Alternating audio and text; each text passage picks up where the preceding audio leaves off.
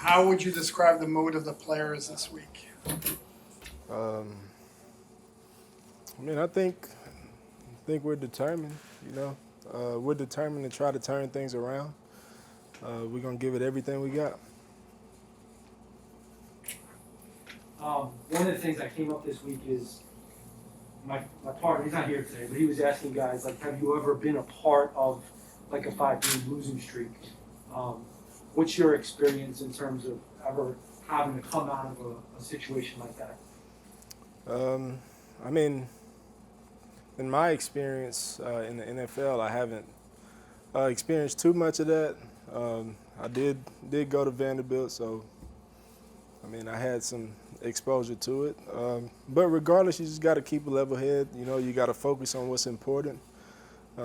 Ignore the noise, ignore the rumors, and you just play better.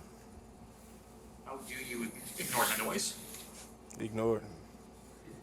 Does anything go into it? Does it take any extra time to obviously social media and all that's out there? But yeah, you just put that stuff away and spend more time watching film, spend more time working out extra, or if you're a receiver, catching the football, or if you're a D lineman, working the bags, whatever you got to do to get better.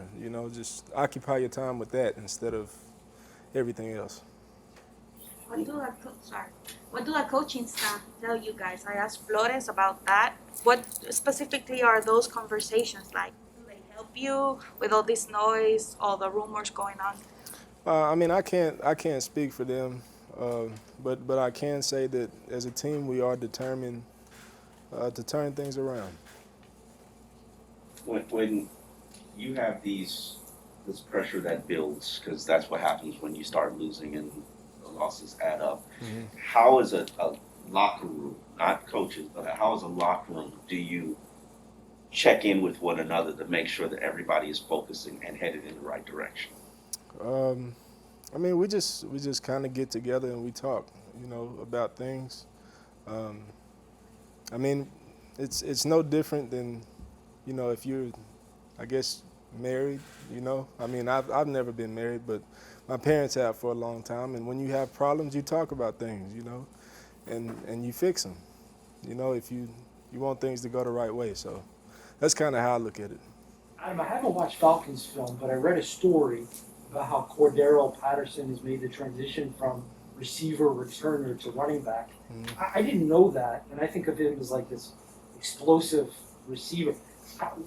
What do you notice about him and what's unique about him as a running back? Well, I've played with Cordarrelle. I've actually played against him when I was at Vanderbilt and he was at Tennessee. He's a good athlete, and you just kind of have to respect his athletic ability and do your best to just be prepared to deal with him. It was actually the Patriots that came up with that idea, right? To try him at running back. I think you were on the team. I can't remember. Yeah.